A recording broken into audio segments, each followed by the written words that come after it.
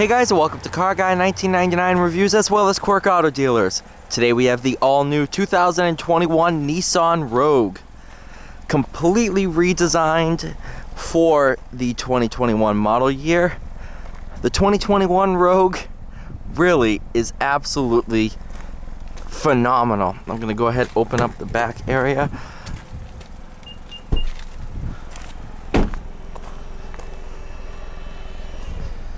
You can see tons of room back here. Is there third row seats? I don't know. I don't think there is because there will be no way to get back there. For those of you that find this mildly satisfying, there you go. Got storage underneath. I mean, this thing is awesome. Shut it. Got a button right there. Overall design of it, it's a much more G-Wagon kind of look where I forget to unlock cars.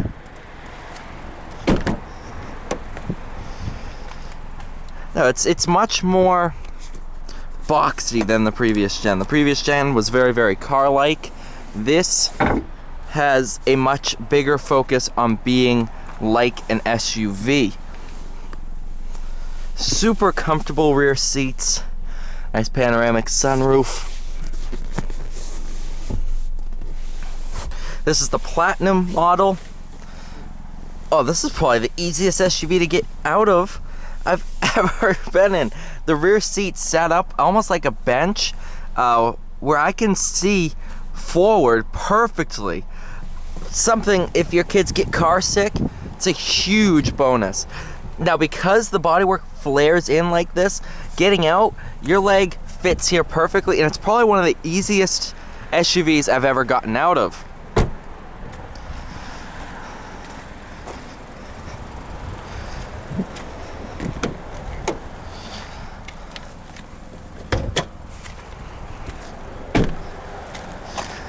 Do believe this is the 2.5 liter 4-cylinder.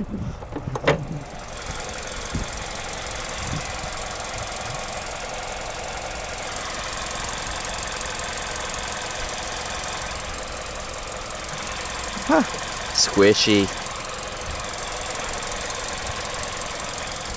Oh, pretty cool. You can see the whole brand new front design. Nissan calls this grille the V grille. Kind of looks more like a U though, but still pretty cool. These vents here are functional for aerodynamics as well as, I do believe, brake cooling in a roundabout way, because you'll see they'll cut through this bodywork. Kind of help eliminate that dead air that sits in your wheel wells and affects your fuel economy. So now you can really see how much of a boxier design it is. The previous Rogue was very, very flowing. This one has a little bit more sharp edges, but it makes it look so good. Total price on this one is $39,410. I'm gonna bring this seat back just to make visibility a little bit better. You do have airbags in between the seats, which is pretty cool.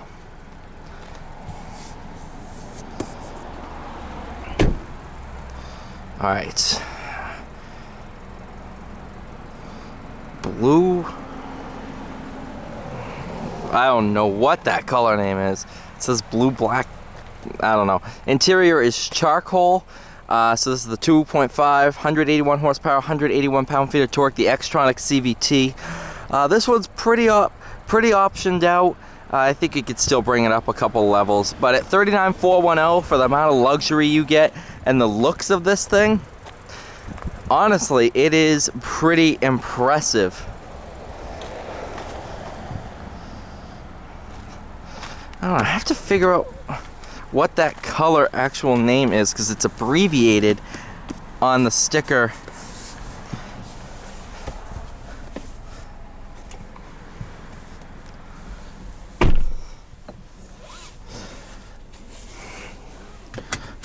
Interior, of course, is redesigned. You know what? I'm going to look it up.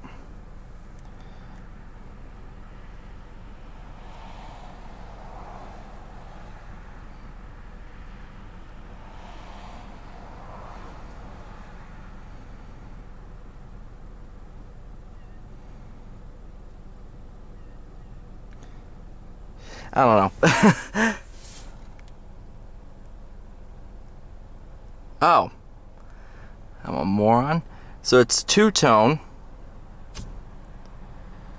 blue metallic, and super black. That's what it is. Makes sense.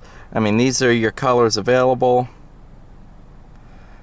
But Boulder Gray Pearl is a beautiful color. Saw that in person today. Caspian Blue is the color as configured. But yeah.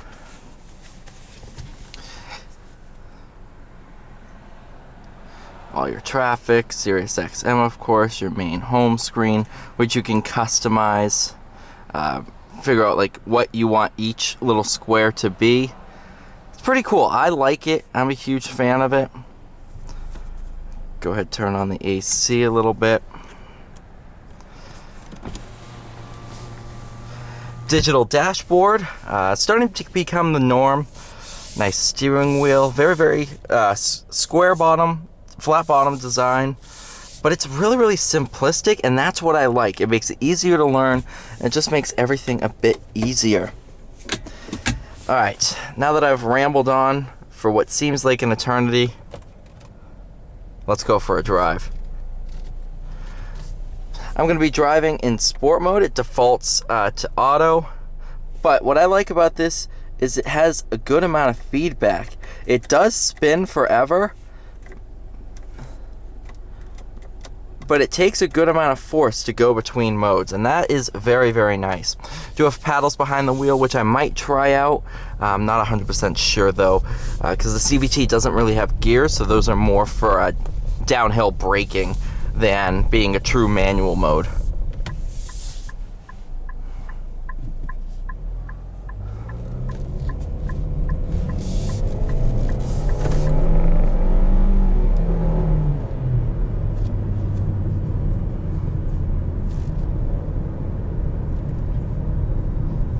Right now on the main display, I have the four-wheel drive enabled, so you can see where power is being split. However, once you go into either snow or off-road, it's always going to keep supplying power to the rear wheels, even in coasting. Even as I'm coasting to a stop, it's going to supply power to the rear wheels, so it makes it a full-time all-wheel drive. It will still adjust based on conditions and traction, of course, but you're always going to be powering all four wheels.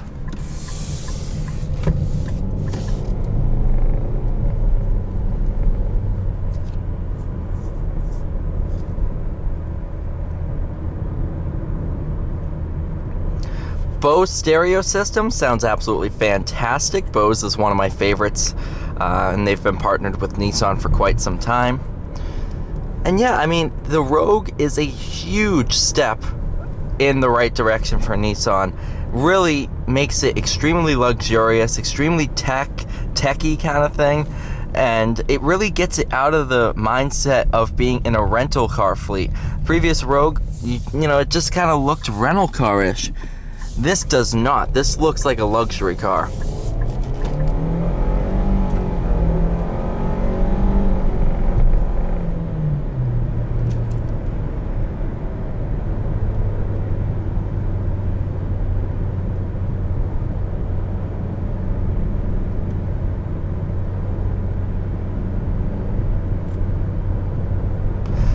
What's nice, you won't be able to notice it on camera. At least I don't think you will. But the gauges have texture to them. So it almost looks like gray denim on the gauges itself. It's not just a color. There's some texture to it. And it really kind of makes it seem more real, like actual gauges. It really kind of spices everything up. I'm a huge fan of it. I don't like looking at just color. You know, I want there to be something there.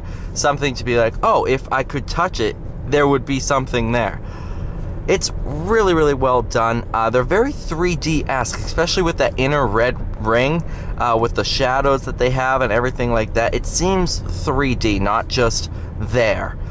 I'm a huge fan of it. It's one of the best multi-mode digital dashboards I've seen. And I've seen a lot of great ones, especially from like Ford, Volkswagen, Audi. Volkswagen and Audi are the same thing, but no, it's very, very well done. Now I'll put it into manual mode, and we could talk about the driving dynamics. It's actually very, very good. A lot of kind of sporty feels to it. I've been driving it in sport mode, but it still applies to your snow off-road mode.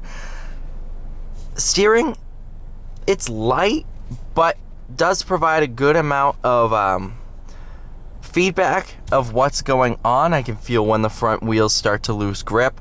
I can feel kind of bumps in the road. Of course, it's not going to be completely commutative like, you know, your 718 GT4 is, but it is there. Handling wise, it's very good. Completely forgot I was in manual mode.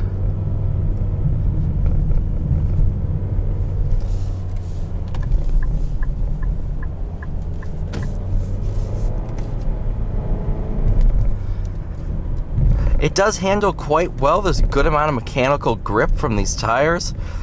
And yeah, it's really impressive. Another thing with this boxy design is I think what they were going for was the commanding feel. When you drive a G-Wagon, that boxy design really makes you feel commanding. It sits you higher up. My seat is all the way down, and I feel really, really high off the ground, almost like a pickup truck. And that's what a lot of people buying SUVs want. They want that higher up feel, they want the excellent visibility, and that commanding feel of being in a high riding vehicle. And it really provides that without sacrificing fun to drive emotional feel of it. It's a really, really fun to drive crossover. And I really think they stepped up the game with this redesign. And I'm very, very curious to see if the Rogue Sport comes out with a redesign this year or next year, because I'm very curious to see how they improve that. But I mean, it is absolutely phenomenal. First one seeing one in person was today, and now I'm driving it, and it's very, very cool, very impressive, and very, very fun to drive. Alright, you guys, thank you so much for watching this video. Please like, share, and subscribe, and I'll see you all in the next one.